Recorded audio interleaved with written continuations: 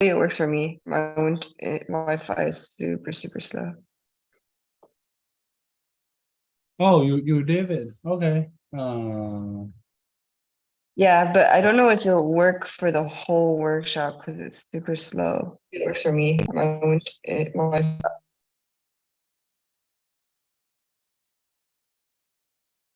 Oh,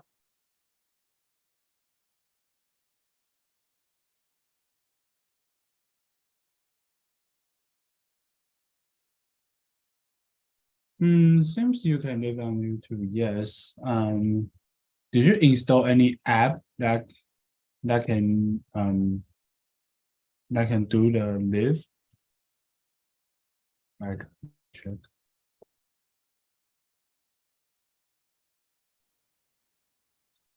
No.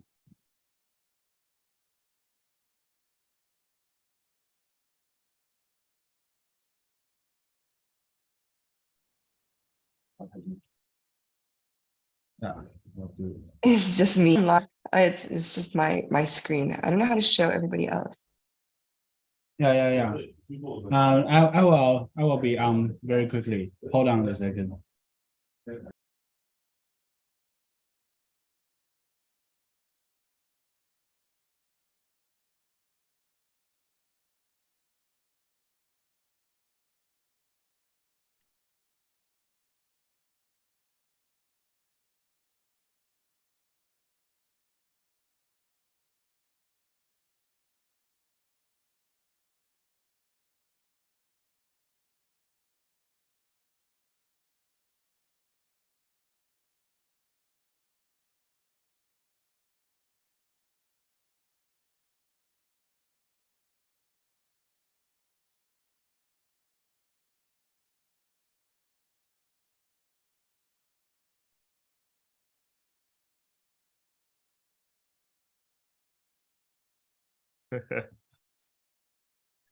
为什么要那个？我要戴 Bucky 帽子吗？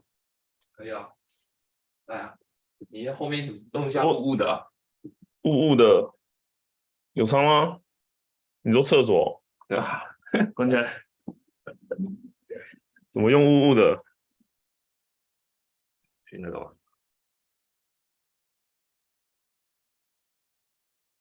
立刻轮调，进来线这样讲，没关系，这样也可以。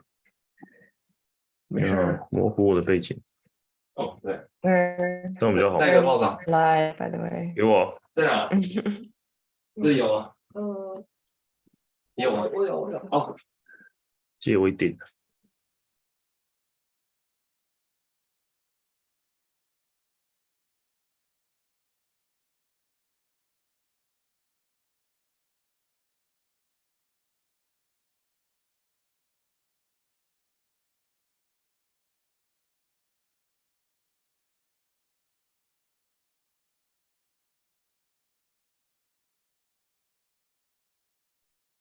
Hi.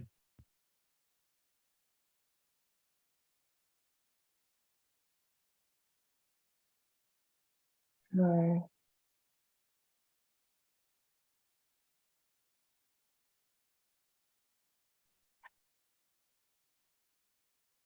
hey, how's it going? Yeah.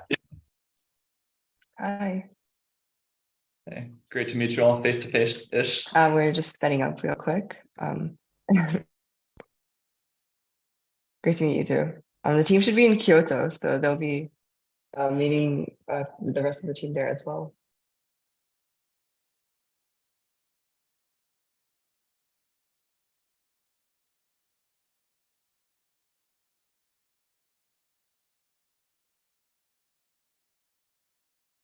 Can you guys hear me okay? Is it Yeah. cutting out or anything?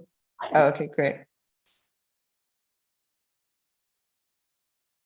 Yeah, so we'll just be doing this on Zoom and then it's streaming onto YouTube right now.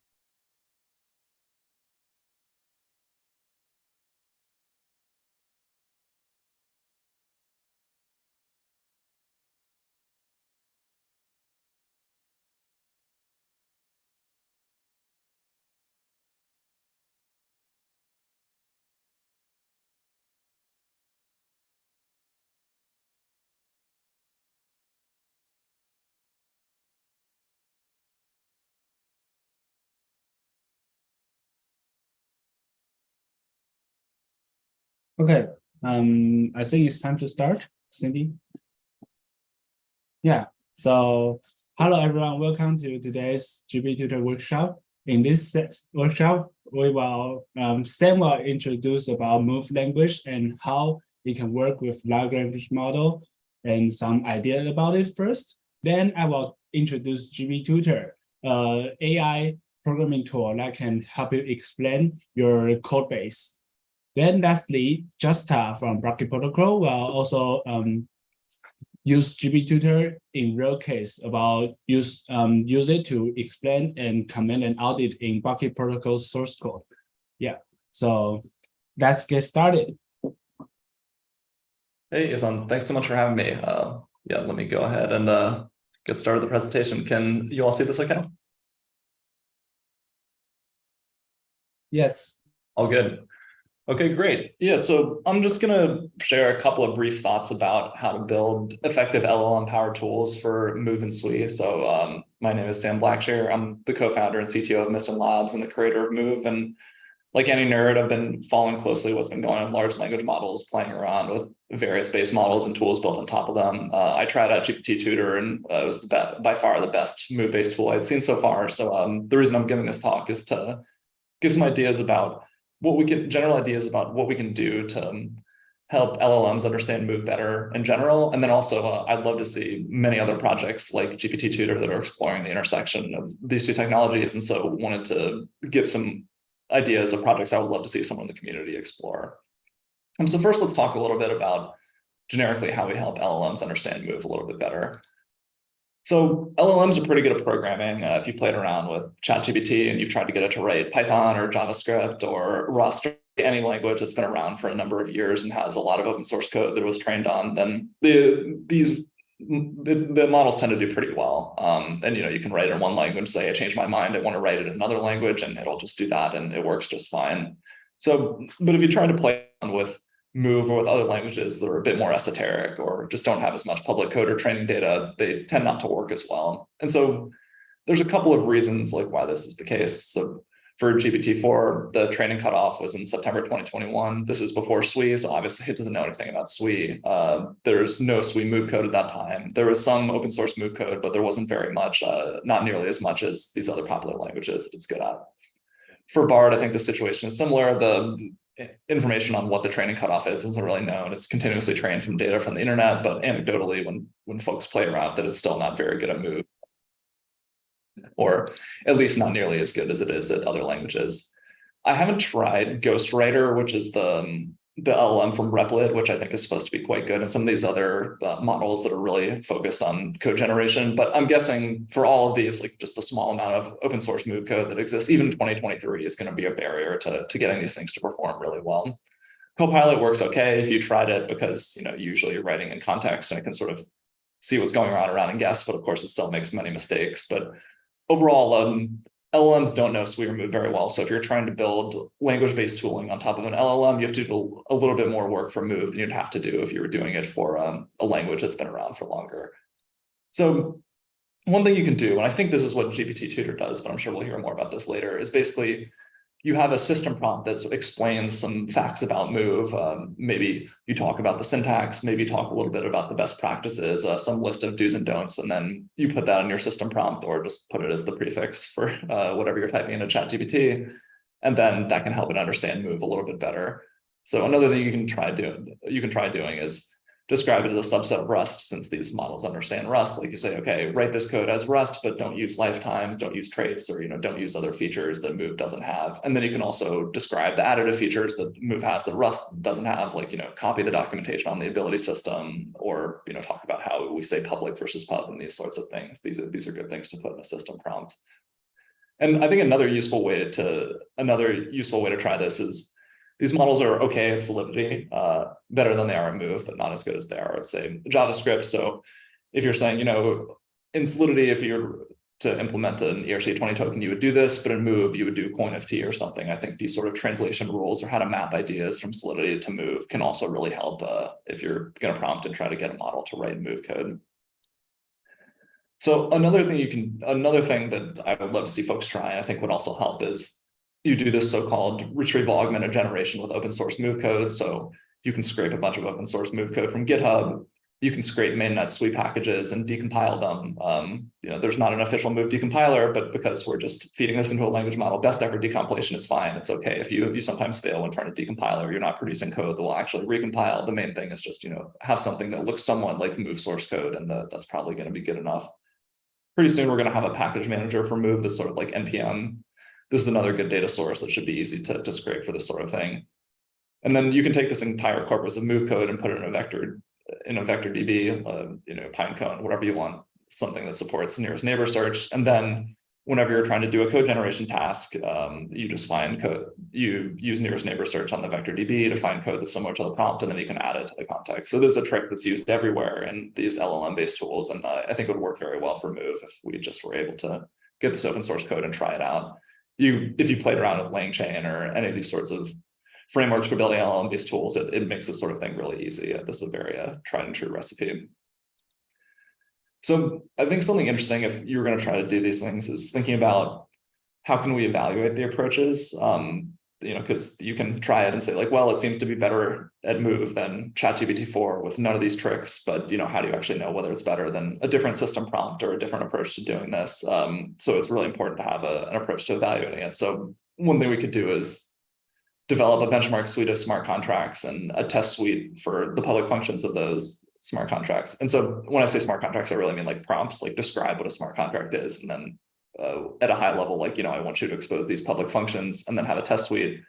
And then basically see if I use this system prompt, can I get it to generate code that'll compile? Can I get it to generate code that'll pass the test suite? And then maybe there's like a manual inspection element if this benchmark suite is small enough, although of course we'd like this to be automated. Generating an entire smart contract might be tough. Like maybe we want to do this more at the function level. It's easy to write unit tests for a function, or have a function with a signature and an empty body with a comment for the prompt. I think another evaluation methodology that could be interesting is we have some open source Move code. We try selective redaction, delete a couple lines, delete the entire body, delete part of an expression, and then add a prompt and ask the LLM to fill in the gap. And this is open source code. It's hopefully it already compiles and it has it passes. If we can generate code that continues to compile and continues to pass the test suite, then that's also a good sign that this approach is maybe working well. So none of these are things that I think folks have tried extensively beyond what the GPTutor folks have done, which I think is this approach. But I would love to see folks try this out and see if we can get to LLMs that understand Move a bit better than what we have today. So that's the sort of basic techniques that we would need before we would get started for LLM powered Move tool. And here's a few more concrete ideas of what we might be able to do once we have that. So I alluded to this idea a little bit, but one thing that I think would be cool to have is a Solidity to Move or to Sweet Move translator. So since the very beginning of Move, people have asked for this, like, oh, can you just compile Solidity to Move? And as a compiler problem, this is extremely challenging. Like they just have the languages have very different data models. There are things that are possible. You can do everything in both languages basically, but often the approaches are very different. It's usually easy to describe in English, like how do you do this, but it's very hard to write a compiler that is 100% of the time going to produce a correct result going across the languages. Whereas it's very hard to write a best effort compiler. Like the definition of a compiler is it's supposed to like error or produce a correct result, but LLMs are really great at best effort. They're not bothered by getting things wrong or a little bit wrong. So I think leveraging this and building a Solidity to Move translator would be a really interesting project. So if you had this and used it on a small number of Solidity examples, that would be a really great education tool for folks who are coming from the Ethereum space and trying to understand how to write Move. We get asked for this all the time, and it's laborious to produce, but if you could translate it automatically, that would be great. And if you had a more mature version of this tool, you could help folks port smart contracts from one platform to another, or go multi-chain if you're someone that starts on Ethereum and wants to expand into Sweep. So I'd love to see someone try this out. I think it would work really well. It's just a matter of doing it, getting a good evaluation data set, and then iterating a little bit. So another thing that I think would be cool to try is Move Prover spec generation. So Move Prover is this powerful verification tool that we have developed alongside the Move language, and it gives you really great value. But in order to get that value, you have to write specifications for for your functions and for your move modules. And these specs are hard to write. I think writing specs is just fundamentally hard. It's harder than programming, and it also takes a long time. And there's also incidental difficulties in that, like, the spec language is different than the source language, so you have to learn the spec language and what sort of things are valid to say and which ones aren't. So here too, like, of course, there's lots of semantic techniques for specification inference, but like doing the solidity to move compilation, like, this is very challenging to do because it kind of has to be perfect. You can only infer valid specs. But if we look at spec inference as another kind of best effort translation problem, I think we can make a lot of progress here. Like, give a bunch of examples of here's some move code and here's the corresponding spec, and then put those as guidelines in the system prompt, and then, you know, give it some code without specs and see if it can find some. And here we can evaluate results by checking whether the specs compile, and because the prover can also check whether the specs hold with respect to the functions, you can also evaluate it with respect to provability. So I think that's very interesting, in that it's hard to, for a lot of these other approaches, we have to also generate tests or manually write tests, but because, like, all specs are runnable in the sense that the prover can check whether they hold, you can get a really good idea of whether you're generating something in value or not. So I think this would be pretty cool to try as well. And then finally, you know, we've been talking about generating moves so far, but why not go beyond that to try to generate entire apps? When we look at apps in our ecosystem, they're typically like 5% move and 95% front end or so. So generating move is great, but it only helps you so much. If you really want to increase developer productivity, like, let's try to generate JavaScript code, some of the front end, some of the API calls. So in some ways, this should be easier because LLMs are very good at JavaScript, but what's tricky is they don't understand the suite APIs very well because they're before the cutoffs. So here, like, maybe we can add the API description, so the API documentation of the system prompt, or maybe we stuff it inside the vector DB and try the retrieval augmented generation trick again. I think many things are possible here, and I'd love to see going beyond just the plain move generation. And then finally, like, can we go from an auto auditor or like auditing assistant like GPTutor to a vulnerability scanner? Like, maybe we could scrape the mainnet sweep packages and decompile like we described before. Again, stuff them all into a vector DB, and then we write a list of vulnerability descriptions, find similar code in the vector DB, and then, you know, pull out the similar code and run GPTutor's audit function on it. If you could do this, like, and instead of just auditing as you develop or auditing one program, you can do vulnerability detection for the whole ecosystem. Maybe you can pair it with static analysis tools to help restrict the search space, or to make the results a bit better. I think there's a lot of interesting and somewhat scary ideas in the space as well. So that was all I had to talk about. Happy to take questions on this part, or hand off to getting deeper into GPTutor itself.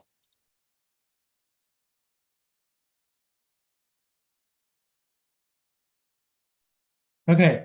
Well, anyone have question about Sam's session, or we will also have a QA at the end of our entire session, and you guys can ask questions at that time.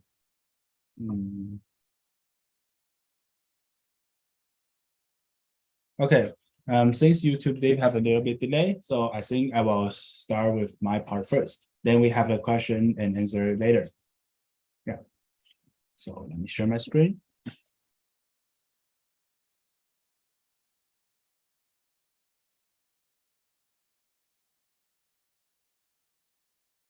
Okay. So hi, I am Ethan. I'm the creator of the GPTutor. It is a VS Code extension for smart contract development. And currently, the developer, if they want to learn new language, they face a lot of struggles, especially for a new language such as Move, because it has limited resource and this is a new language. While with GPTutor, you can use AI as your programming peer so you can code together and it can explain and check your code with you. Traditionally, if a developer wants to learn with the ChatGPT or large language model, he needs to copy and paste the code from the IDE to the ChatGPT interface, then enter the prompt manually. Finally, he can get the output. While in GPTutor, all this complicated step can be finished in 1 second. You only need to select the code you want, and then you can click the button and run the GPTutor. GPTutor has 3 main features: explain, comment, and audit. GPTutor can explain the code, help you understand the code content and logic, and GPTutor also can comment on the code that can generate a comment on a given code. Also, GPTutor can audit, that can check the given code if it have any vulnerabilities and give suggestions for improvements. Okay, so let's go into the demo directly. Okay, let me open my VS Code. Okay, so here is my VS Code, and first you need to install the GPTutor. And I already installed it, but if you not yet install, you can go to the marketplace and have GPTutor. Then you can install it, and you will find a GPTutor icon pop up here.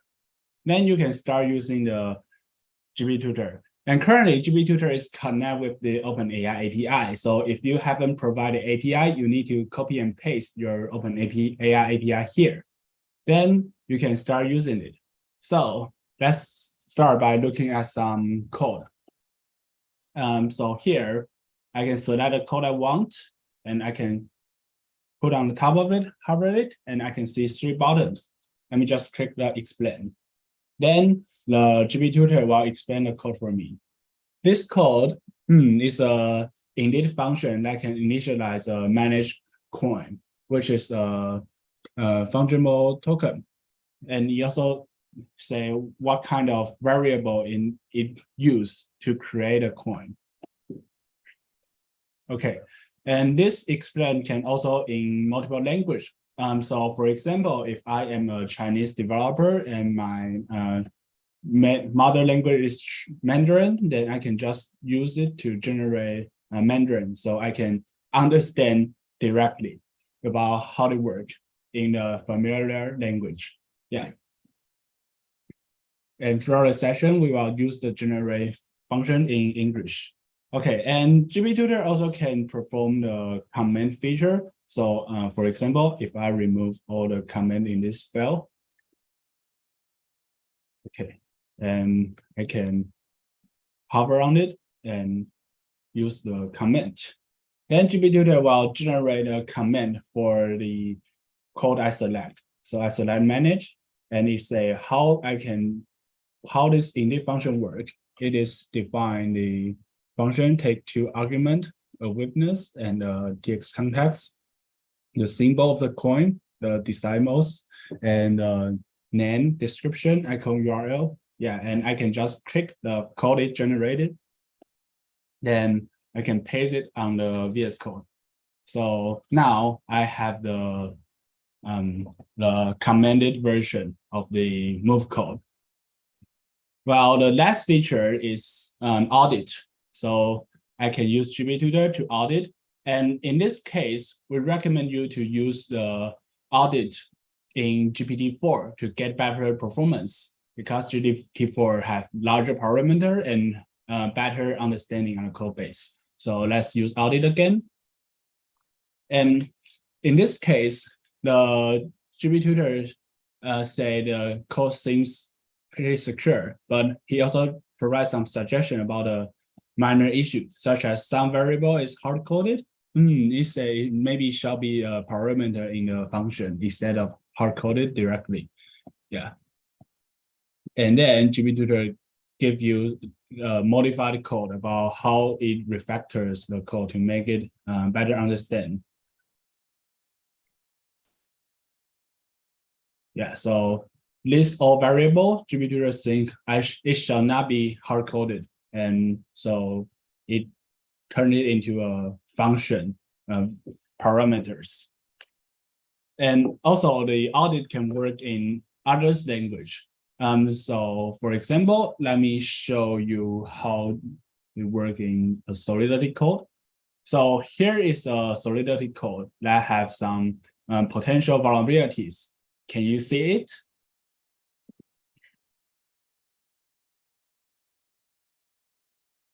Yeah, so let's see if GPTutor can find any vulnerabilities. Wow. So it's simple smart contract, but reentrancy attack in the withdrawal function. And they say an attacker can use this function to call a withdrawal multiple times and transfer out the balance. Then they say to fix this, we shall do to check the balance before the function start, and we also need to modify the balance before call the external functions. And this kind of audit can be used in many cases. And also in Move, it can help us to check if there's anything we can improve, while also in Solidity and other codes such as your front end and back end. Okay, also, the GPTutor is constantly updating and keep having some new features. For example, hold on, my screen seems a little bit stuck.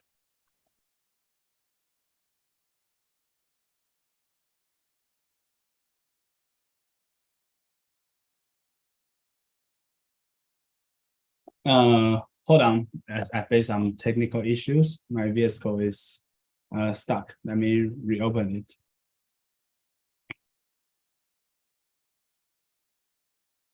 Oh, I see what happened. Okay, hold on.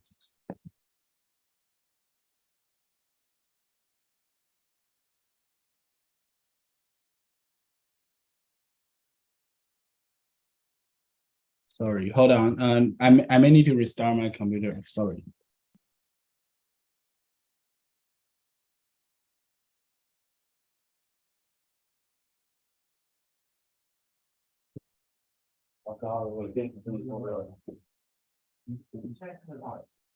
我看不到。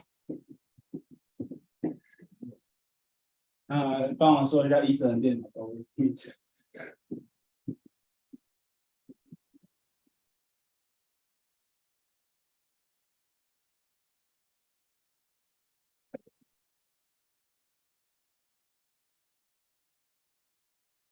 说一下我重开机啊。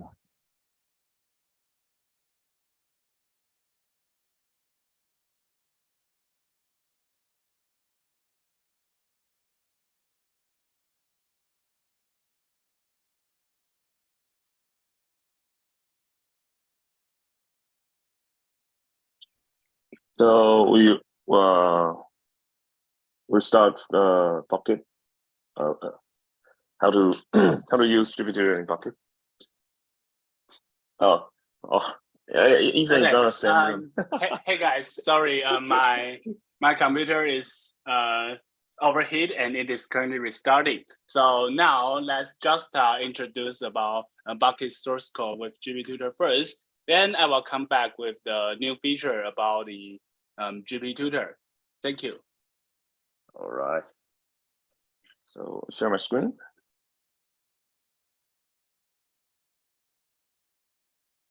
Okay. Okay, hello everyone. I'm just from Bucket Protocol, and I'm the tech lead and also the advisor of GPTutor. I integrate SweetMove in GPTutor. And Bucket Protocol is the CDP protocol built on Sweet network. If you heard of MakerDAO, Liquidity, something like that. And so what Bucket Protocol do is that user can deposit their multi-collateral, like you can deposit different collateral, but they meet the same block, and this block can use for DeFi, other DeFi project, or other. If you want to play some game or prediction market, you serve as chips or unify token. So I think these are the modules in Bucket Protocol, and I think building on Sweet and using SweetMove is and use the object-oriented architecture is very convenient for developer, because you just have to design every component, design the behavior, design how they work and these components, and you assemble these components, and you have a working machine like a DeFi project. So these are our modules and objects in Bucket protocol, and the first is Buck, of course, and the Buck the object will wrap a treasury cap to mint and burn Buck. So every time you request for borrowing or repay, and we'll trigger this module for mint and minting and Buck burning. And the bottle is representing users' positions, like how much you deposit your collateral and how much how much is your debt. And so the bottle is the positions, and bucket is store all users' collateral, and these collateral can use for maybe flash loans and or kind of things, and also manage the bottles, because we use the model to our bottles have to sort users' bottles by their collateral ratio. So the lowest collateral ratio bottle will at the bottom. So yeah, this is a bucket, and the tank is store a lot of buck for liquidations, and anytime some position, some bottle is under collateralized, then we'll use tank to liquidate them. And also a well is like collect the fee from the whole protocol, borrowing, redemption, and flash loan. All these kind of operations have some fee and will collect into this well. So yes, this how we talk about the objects and modules, because like we design all these components and we assemble them, and this is how it works. So how bucket is in GPTutor. So we'll try on this code. So like this is the Buck module, and Buck module is the like an entry module of Bucket protocol. Every time you borrow, you repay, you top up something, you cannot directly interact with Bucket, because Bucket is you have to go through Buck, and the Bucket will manage your collateral, and the Buck module will mint Buck for you or burn Bucket. And and this kind of like code is you can like explain by the GPTutor.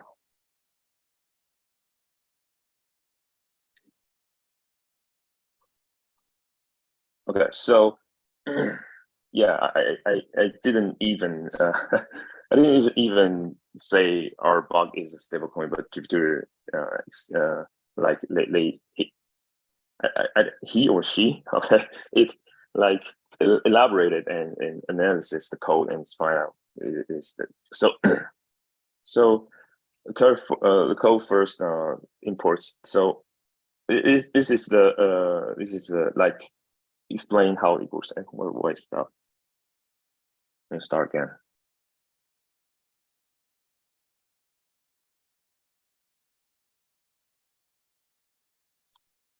All right. Okay, so like if I'm a tech lead, and maybe some like new recruited engineer, they want to like do some further works with Bucket protocol, but you have to read all the code base and know what it's about. So I just use GPTutor to you can explain to I can personally explain to them, but if they missed or they forgot what it's about, so they can use GPTutor to remind them. Yeah, and about like I didn't write comments about it's because I think it's this module is relative like simple, but maybe comments is very important, or for future engineer or our developer, so we can like write comments.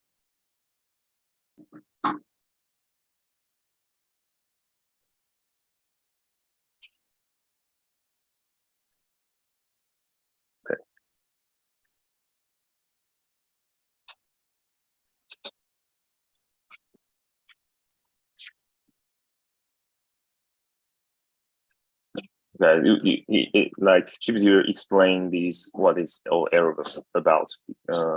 Maybe I write it in a very straightforward way, but GPTutor will scan the whole contract and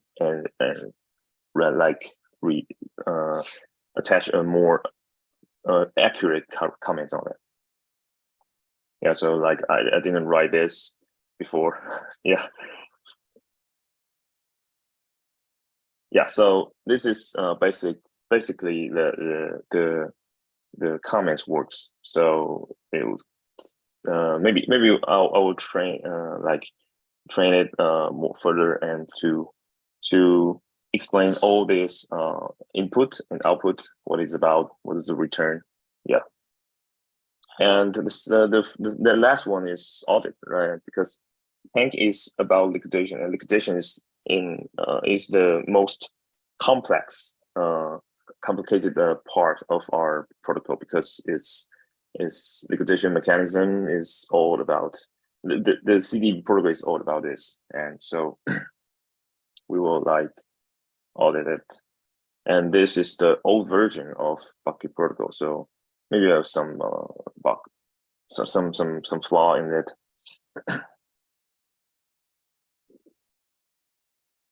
Okay, it also commands for you, like you audit and comments do at the same time.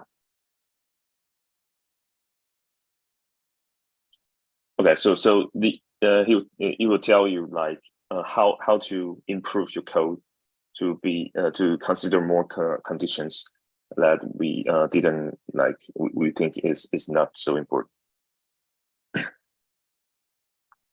Yeah, so that's how we use bucket protocol in as an internal tools. GPTutor as an internal tools, or when we developing bucket protocol. Okay, any questions? It's QA time.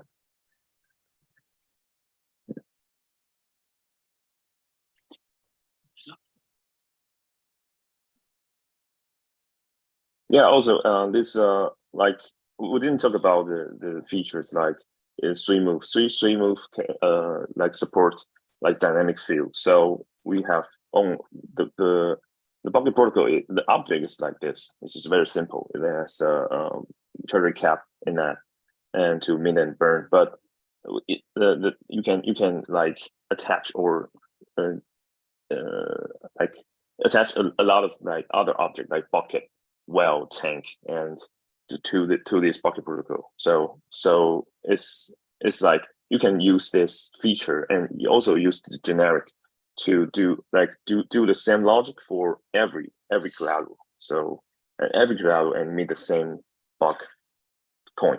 So that's so the dynamic field and generic is very like is amazing. Like when we are developing bucket protocol, I think if you're doing this on Solidity, and maybe I will like do it in 6 months to 8 months. But if I do it in 3 months, maybe I just write the whole contract in 2 months. So yeah, it's really simple.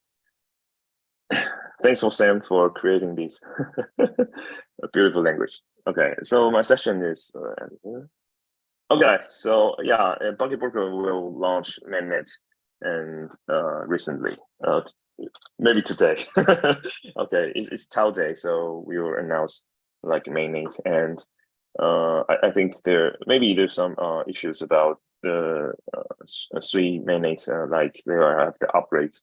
Maybe we'll wait after that, or we maybe launch a version 1, and we'll discuss with our team. But basically, it's today.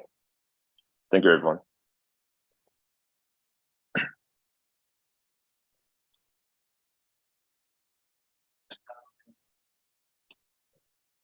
Okay, so we're back to Ethan's. Are you okay now?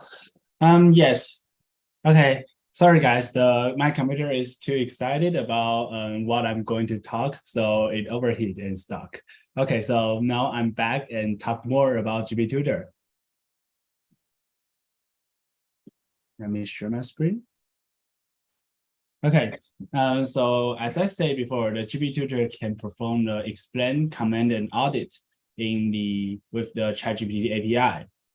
So for example, it can use when I have the code, I can click on explain. And now I will talk more about how GPTutor can explain a code. As you know, if I just copy and paste this directly to the ChatGPT, for example, it won't work as good as you code it in the GPTutor. So if I say explain this move code, the ChatGPT will also say something, but the ChatGPT cannot explain as well as GPTutor. This is because we add some customization in prompts. For example, in the prompt, we say move is a language for smart contracts, and its syntax is similar to Rust. And by doing so, the GPTutor can understand more about, okay, how move language is and how it can run in the smart contract environment. And since when the ChatGPT is training, the data doesn't include the move language. So this method can, in this preset prompts, the GPTutor can understand the move code better. And moreover, the GPTutor also has some new release feature. For example, I can say like create a fungible coin name move, and I can select a mode use. There's a coin creator, which is a beta feature in the GPTutor. And by clicking this, the GPTutor will generate a source code of a coin module, and it will customize the module according to what I instructed. So as you can see here, the name of the coin will be moved.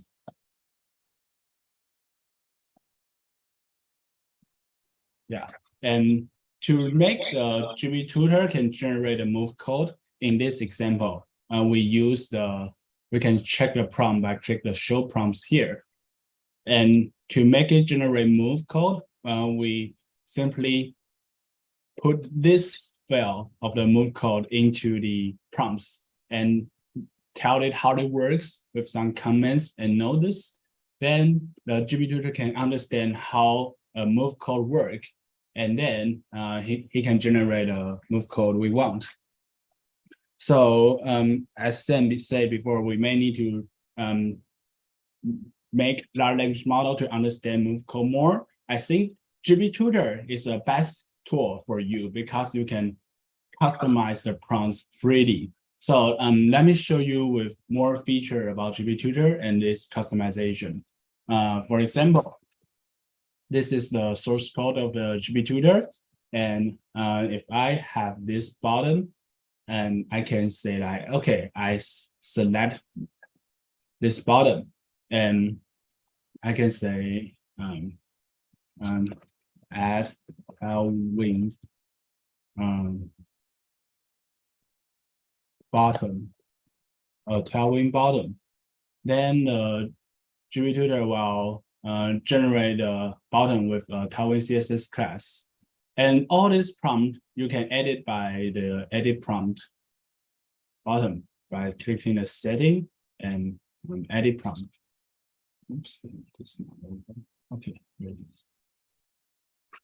So at here, you can see the prompts of the GPTutor, and you can customize it as you wish. Like in this case, the explain, behind the explain function, there's you are a senior language ID developer and how you will work. And you can also customize this for a specific function, such as a specific language, such as in move. You can say move is an open source smart contract similar to Rust, and then GPTutor can understand the Rust code and the move code better by reference the Rust data.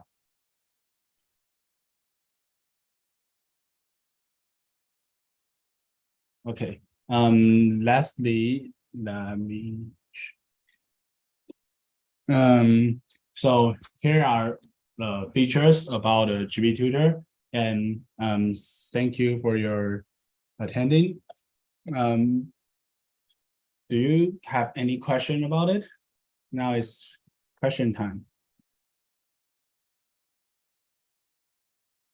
So I have one question I'll ask just because I'm sitting here, and then of course I want to hear the audience ones, but how much did you tweak the different system prompts? That one seems pretty pretty generic, but you know, I see some of the prompts, prompt tricks, like, you know, telling you that it's a senior engineer, but did you try a couple of different things before you settled on that one? Or was this sort of the first try? Or Oh, wow. Yeah, thank you for your question. And yes, we tried several prompts.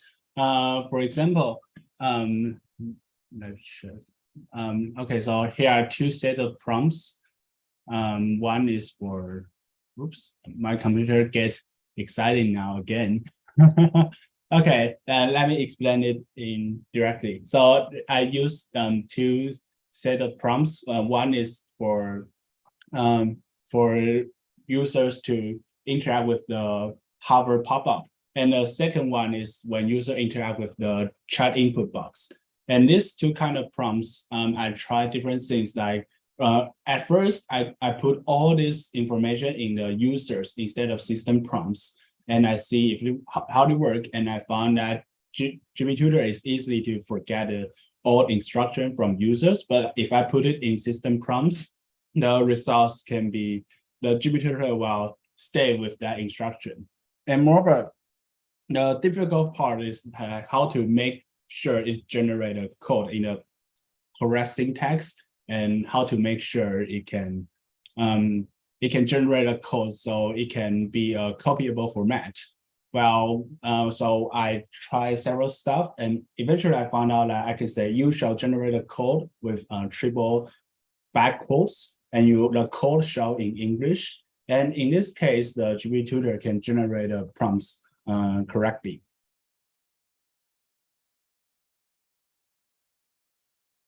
okay, yeah, thanks. That's really interesting. I mean, I'm curious about whether more detailed advice on how Rust is like move or like Solidity would help. But I mean, it's the results are really impressive. But it's saying it's a smart contract language and it's similar to Rust.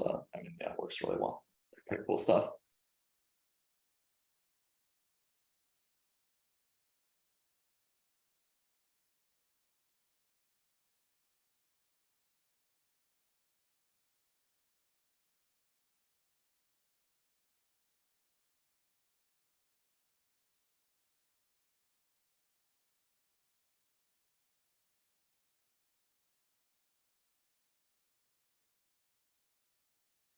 Okay. Oh, how this is similar to Rust? I think Justa can better answer this question. You want to talk more about it? Okay. Yeah.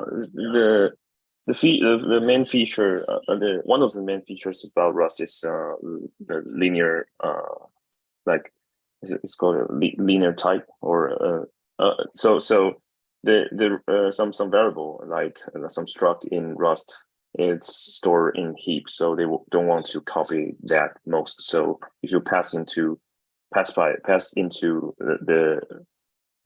function pass by value, and then if you not return, then it just disappear in that functions. So the Rust the reference or borrowing, mutable borrowing is from the concept is from Rust. So I think this is how you use this feature to manage your assets. You can borrow something to others, but you can't like so pass the whole assets is very dangerous. Or if you want to transfer to object to others, then it's okay. But so you can see from the sweep move, the function signature that is passed by. If it's passed by immutable reference, then it's safe for your assets because the code didn't change anything about your assets. And if it's immutable reference, then you have to check about how they update or change your assets. But if it's like it's passed by value, then you maybe after these functions, the object is no longer yours. Maybe so I think it's very is the main. I think it's the main feature, like the Rust inspired sweep move. Yeah.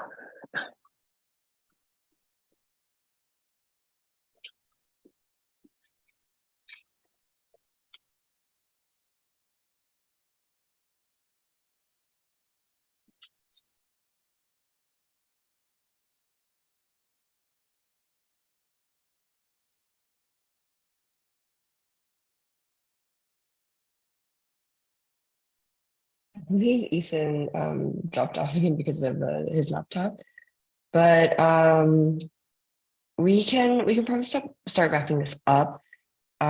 Just if you have any final remarks about GPTutor or Bucket, or just general move updates, then audiences can reach the team either on Telegram or can follow up from there.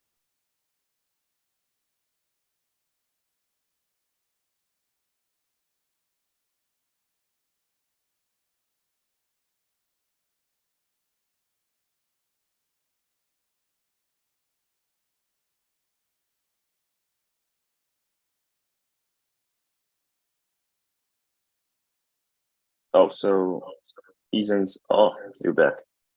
Yeah.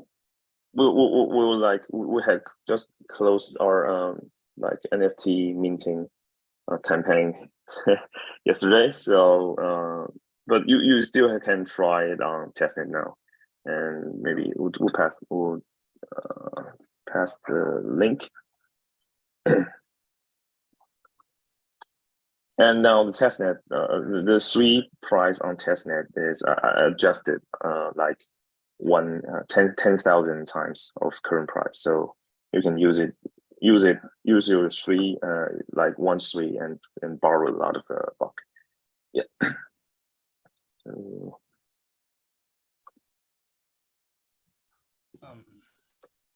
Or we'll do another like further campaign if we after our mainnet launch. So yeah, so get excited, like we're like the NFT is we'll try like I'm the guy like developing DeFi protocol, so I know a little about NFT, but developing NFT on Sui is can be too easy. Yeah. So and I like the like the displayer, the publisher did those kind of concepts, and it helps like is it more efficient and to represent an NFT, and everything is NFT. And like our if you deposit into Tank, you'll get a contributor token, and the contributor token is we can design an NFT, so the receiver will like it's just not just an object. They can see it as a token or as a proof of your work. Yeah. So I really like this feature. Okay, so maybe we'll do another campaign. Okay, so we'll hand back to Ethan. Okay, hi guys. My computer get overheat again. So, okay, it's time to wrap up. And thank you guys for joining today's GPTutor workshop. Let me share my screen. And GPTutor is currently open source on GitHub. And so we are welcome to follow the instruction here to use the GPTutor. And regarding the prompt customization I mentioned at the end of the session, you can follow the instruction in this document to customize the prompts. Moreover, we will let GPTutor available for all Sweetmove developers at the Kyoto's Builder House tomorrow. So feel free to catch us if you are at the Builder House, and you can get a key to use it. And if you got any question about GPTutor or any suggestions, feel free to reach out to Bucket Protocol. And thank you for your joining, and also thanks a lot about Sam to sharing his thought about large language model and how it can work with Move. That is definitely our future goal. Thank you. Thanks for having me all. Fun session. Thank you, guys.